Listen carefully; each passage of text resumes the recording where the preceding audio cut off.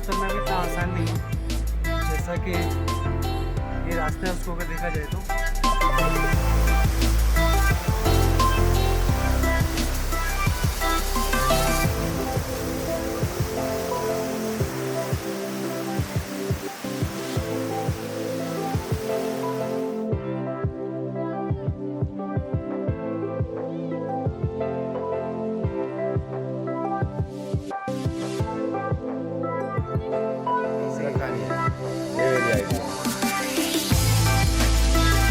Hello friends, कैसे हैं आप? उम्मीद करता हूँ कि आप सब लोग अच्छे होंगे। आज हम लोग आए हैं खीर गंगा ट्रैक के लिए, जो कि कसौल के पास है। और कसौल से बरशानी का डिस्टेंस होता है करीब 6 किलोमीटर के आसपास। तो अगर आप आते हैं तो कसौल में भी स्टे कर सकते हैं। पब्लिक ट्रांसपोर्टेशन अवेलेबल है जिससे कि आप इजीली कसौल पहुंच सकें। जैसा मैंने बताया, कसौल से 6 किलोमीटर के आसपास पड़ता है बरशानी, जहां से कि आपका एग्जैक्टली ये ट्रैक स्टार्ट होता है। अगर आपको नेचुरल ब्यूटी देखनी है और आपको लगता है कि थोड़ा नेचर के आसपास ज़्यादा रहना है, तो आप स्टे जो है अपना बरसानी में भी कर सकते हैं। जैसा कि आप देख पा रहे हैं, ये सारी सेटलमेंट्स जो है ये यहाँ पे होटल्स हैं। छोटे छोटे होटल्स आपको मिल जाएंगे जिनका प्राइजेस भी कुछ ज़्यादा नहीं है। और वहाँ से ये रोड आपका सीधा जाता है आपके ट्रैक के लिए। सामने डैम है, जहाँ ये जो जगह है यहाँ पे एग्जैक्टली डैम है। और इस पूरे रोड पर आप अपनी गाड़ी कहीं पे भी पार्क कर सकते हैं अगर आप पर्सनल व्हीकल से आ रहे हैं। जाने के 2 रास्ते हैं, एक ये रास्ता है और एक ये रास्ता है। दोनों के दोनों रास्ते जो हैं पार्वती वैली से ही एग्जैक्टली पार्वती वैली के साथ साथ ही चलते हैं। खीर गंगा ट्रैक जो है बहुत ज़्यादा टफ नहीं है, मॉडरेट ट्रैक है। ये 12 किलोमीटर है, जो मैंने अभी आपको पॉइंट दिखाया था वहाँ से एग्जैक्ट 12 किलोमीटर है। और ऊपर आप जाएंगे तो काफ़ी कमर्शलाइज मिलेगा आपको, जहाँ पे आपको कई सारे टेंट्स वगैरह मिल जाएंगे। तो आप देख पा रहे हैं जैसे कि सामने यहाँ पे बहुत सारे टेंट्स वगैरह अवेलेबल हैं। अगर आप प्री बुकिंग करके नहीं भी जाते तो भी ईजिली आपको अकोमोडेशन वहाँ मिल जाएगी। ये ट्रैक जो है पार्वती वैली के साथ साथ ही चलता है। तो पहाड़ियाँ और जंगलों के बीच में से होते हुए निकलते हुए आप 12 किलोमीटर जाते हैं और 12 किलोमीटर वापस आते हैं। ट्रैक की शुरुआत, जैसा कि मैंने बताया, डैम के पास से आप कर सकते हैं। ट्रैक की शुरुआत यहाँ से होती है। आप गाड़ी पार्क करने के बाद में इस जगह पे आते हैं जहाँ से 2 रास्ते कट हो रहे हैं। एक लेफ़्ट रास्ता है, एक राइट। लेफ़्ट रास्ता थोड़ा प्लेन रास्ता है, कंपैरेटिवली इजी है राइट के मुकाबले, क्योंकि राइट वाला जो रास्ता है उसके अंदर आपको पूरा हिली एरिया है और फॉरेस्ट के अंदर से ही जाना होता है। हमें हमारे गाइड ने सजेस्ट किया कि हमें राइट साइड लेना चाहिए रास्ता, जो कि डैम के पास से होता है। आप लोग अगर खीर गंगा प्लान कर रहे हैं तो आपके पास स्टे के ऑप्शन एक तो कसौल है और एक बरशानी है। आप अपनी अवेलेबिलिटी के हिसाब से, जैसे भी होटल अवेलेबल हैं उसके हिसाब से आप अपना कहीं पे भी अकोमोडेशन ले सकते हैं। प्लस आपको पैकेजेस जो है ऑनलाइन बुक करना चाहें तो ऑनलाइन बुक कर सकते हैं, अदरवाइज़ आप यहाँ पर आकर भी पैकेज बुक कर सकते हैं। पैकेज कॉस्ट 1000 रुपीज़ होती है, बाकी आप थोड़ा बहुत बार्गेन करेंगे तो आपको 850 तक के आसपास में भी इसकी कॉस्ट मिल जाएगी।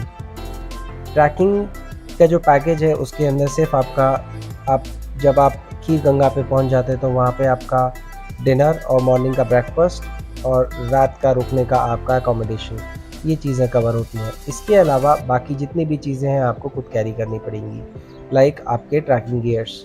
आप जब भी ट्रैकिंग के लिए प्लान करते हैं तो कुछ चीज़ें आपको हमेशा ध्यान रखनी चाहिए, जैसे कि आपके शूज़ का जो सोल है वो थोड़ा ग्रिप अच्छी होनी चाहिए उस शूज़ की, और इस तरीके का शू होना चाहिए जिसमें कि आपके पैरों के एंकल जो है वो मुड़ न जाए, क्योंकि आपको कभी भी पहाड़ियों पे ऊंचाई पे चढ़ना पड़ सकता है, कभी नीचे उतरना हो सकता है, पत्थर हो सकते हैं, कीचड़ हो सकता है, बर्फ़ भी हो सकती है। तो आपके शूज़ एकदम परफेक्ट होने चाहिए। इसके अलावा ट्रैकिंग स्टिक बहुत ज़्यादा ज़रूरी है जब आप ट्रैकिंग कर रहे हो, बिकॉज़ आपको थोड़ा सा थकने में, जब आप बहुत ज़्यादा थक जाते हैं तो थोड़ा सा कम थकावट देती है।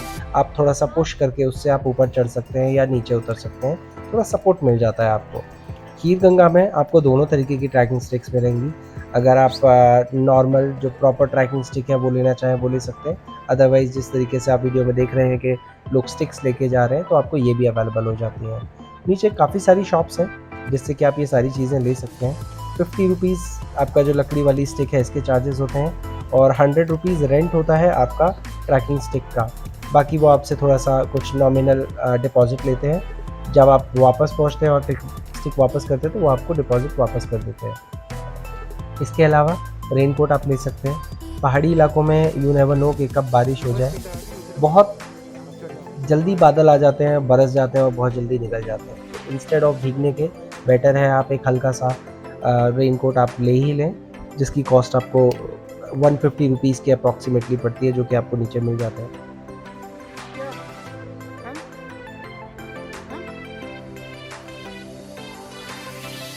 लेके नहीं जा रहे साथ में? हैं? ये सब लेके नहीं जा रहे साथ में? हो गए? जाओ। बुला रही थी, जाओ। ये? तुमने आवाज़ लगाई है? हाँ, मैं भी तेरी आवाज़ लगाई। फ्रेंड है क्या तुम्हारा? है नहीं? चल। हाँ, चल। आगे तुम चलो, मैं पीछे आता हूँ। अल्फा बोलो। गुड, वेरी गुड, चलो।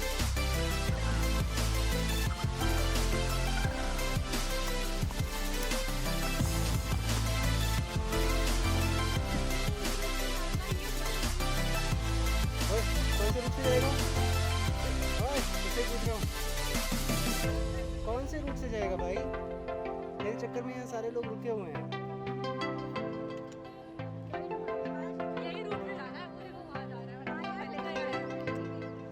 देख लो। Oh, bro, I'll follow you. Go. Come.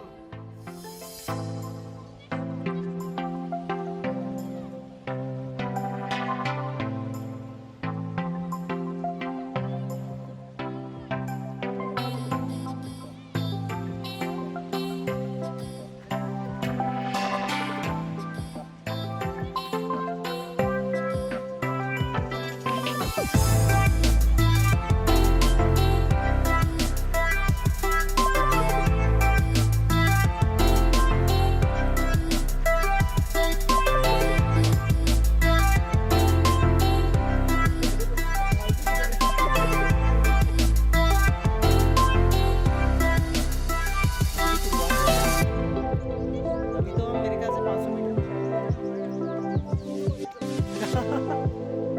खीर गंगा भी एक स्पिरिचुअल प्लेस है और इसकी जो स्टोरी है वो शुरू होती है जब भगवान कार्तिकेय और भगवान गणेश, इन दोनों के बीच में कंपटीशन हुआ था कि कौन फास्ट है, और जो कि गणेश जी ने जीत लिया था माता पार्वती और भगवान शिव जी के चक्कर काटकर, क्योंकि उसका रिज़ल्ट तभी निकलना था कि जो संसार के सबसे पहले 7 चक्कर काटेगा वही विजेता कहलाएगा। यहाँ पर गणेश जी ने माता पार्वती और भगवान शिव जी के 7 चक्कर काटे और कहा कि मेरा संसार तो मेरे माता पिता ही हैं। तो इस तरीके से उन्होंने ये प्रतिस्पर्धा जीत ली और खुश होकर शिव जी ने उन्हें वरदान दिया कि जितने भी पूजा अर्चना होंगी उन सब में सबसे पहले गणेश जी को ही पूजा जाएगा। इस बात से कार्तिकेय जी को एक्चुअली में आप सब जानते हैं वो तो भगवान थे, नाराज़ तो होंगे नहीं, उन्हें समझ नहीं आया कि एग्जैक्टली हुआ क्या। तो उन्होंने उसी चीज़ को समझने के लिए तपस्या करने के बारे में सोचा और वो तपस्या करने आए इस जगह पर। जब वो यहाँ पर तपस्या करने के लिए आए तो पार्वती जी परेशान हुई। उन्होंने कहा मेरा बच्चा भूखा रहेगा, तो उसके लिए उन्होंने दूध गंगा को आदेश दिया कि आप जहाँ पर कार्तिकेय भगवान तपस्या कर रहे हैं वहाँ पर जाके आप विराजिए, जिससे कि उनके खाने पीने की आपूर्ति होती रहे। कुछ वक्त बाद जब कार्तिकेय जी की तपस्या पूर्ण हुई, भगवान शिव और पार्वती जी वहाँ आए और उन्हें अपने साथ लेकर चले गए। लेकिन भगवान शिव ने देखा कि दूध गंगा अभी भी वहाँ बह रही हैं, तो उन्होंने परशुराम जी को बुलाया और कहा कि कलयुग आने वाला है और कलयुग के लोगों के लिए ये चीज़ समझ पाना कि दूध गंगा क्या है आसान नहीं। आप जाइए और इस चीज़ का कोई समाधान कीजिए। तो परशुराम जी शिव जी के कहने पर इस जगह पर आए और उन्होंने यहाँ पर देखा कि दूध गंगा बह रही है। तो उन्होंने समाधान सोचने की बजाय सबसे पहले सोचा चलो खीर बना के खा ली जाए। तो उन्होंने यहाँ पर खीर बनाई और खीर बना के उन्होंने अपने कलश में रखी। तो थोड़ी देर के लिए इधर उधर गए तो देखा कि कलश नीचे गिरा हुआ है और उसमें से खीर जो है गिर गई है खीर गंगा के अंदर। उन्हें जैसा कि सब जानते हैं कि बहुत जल्दी गुस्सा आता था, तो उन्हें बहुत गुस्सा आया। उन्होंने आसपास देखा तो खीर गंगा जो कि एक छोटे बच्चे के रूप में थे वो उनके पास आई और उन्होंने बताया कि उन्होंने इसको गिराया है।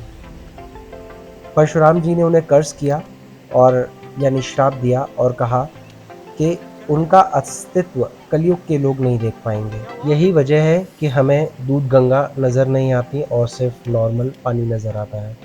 परशुराम जी की खीर गंगा में गिरने की वजह से आज भी जब हम उसके ओरिजिन को देखते हैं तो पानी के अंदर आपको कुछ रेशे नज़र आते हैं, जिन्हें कहा जाता है कि ये वही खीर है जो परशुराम जी के कलश से गिरी थी।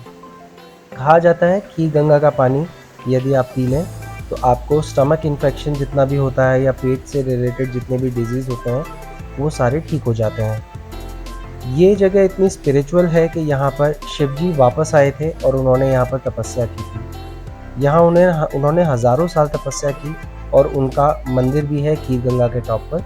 जब आप पहुँचेंगे तो वहाँ पर आप देखेंगे वहाँ पर मंदिर भी है और वहाँ पे हॉट स्प्रिंग है जहाँ पर आप अपने आप को गर्म पानी से थकावट आप मिटा सकते हैं।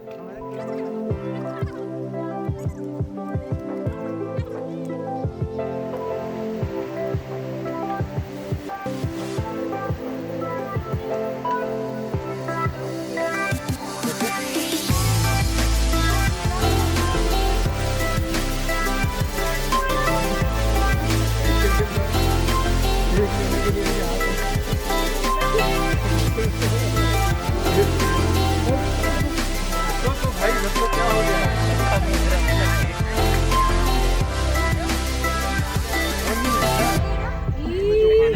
इतना पसीने से कौन कर देते हैं? मुझे देख। आप बताओ, आप बोल। हेलो। आपके खरगोश भाई जी बैठे हैं। नहीं, मैंने उसके इसीलिए ऊपर से लिए हैं। Don't worry। मैंने पहले ही देख लिया था।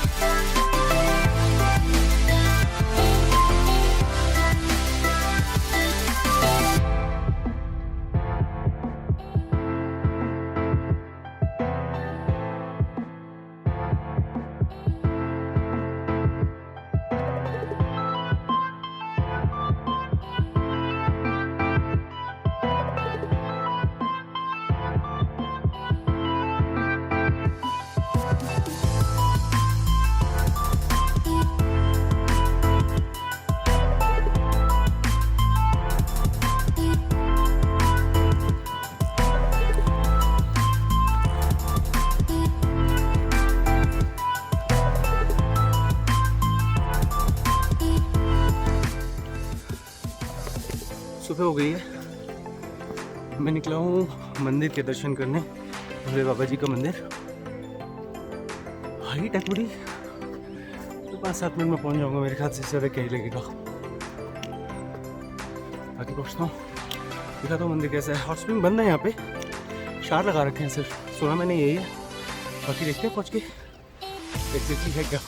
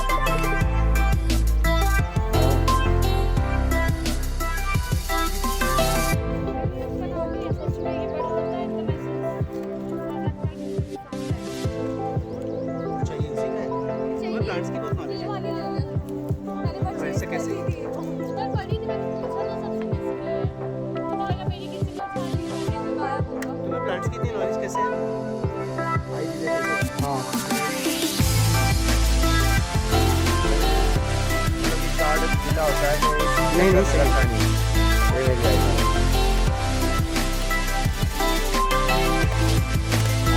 कर भी सकते हो। मैंने 6 दिन में 3 पार्वती सबसे लंबा या 2 दिन में जाने किया 70,000 फीट। क्या बात है। ऑक्सीजन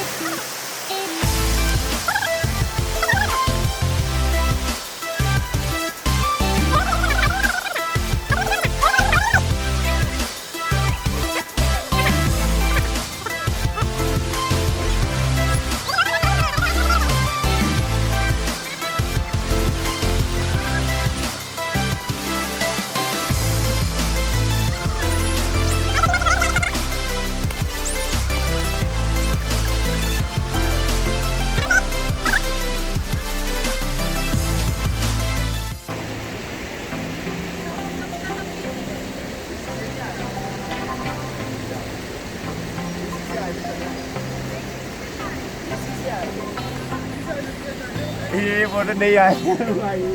नहीं, मैंने गिरते हुए नहीं लिया, डोंट वरी। मैंने गिरते हुए का फुटेज नहीं लिया, मैं कुछ और बना रहा था, मुझे पता भी नहीं था, बाद में पता लगा कि गिरे हो।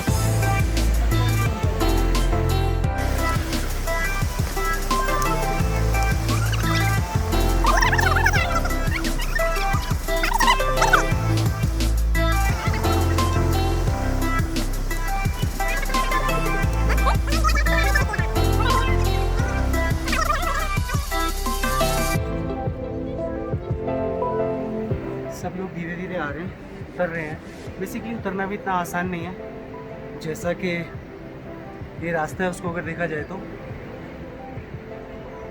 मुझे लगता है कि अगर मैं अकेला होता तो 1-1.5 घंटे में उतर जाता, और जो ग्रुप के साथ आ रहा हूँ ना, कम से कम 4 घंटे मिनिमम लगेंगे। किसी को पैरकने नहीं आता है पत्थरों पे, कम से कम थोड़ी तो कोशिश करें। बट कोई नहीं, आप मॉडरेट ट्रैक है, चल जाएगा, कर ही लेंगे। फिलहाल मैं बैठ के थोड़ा सा रेस्ट कर रहा हूँ क्योंकि बाकी सारे लोग आ रहे हैं। मैं ट्रैक से अलग हूँ, सब नीचे आ रहे हैं, मैं ऊपर आके बैठ गया हूँ।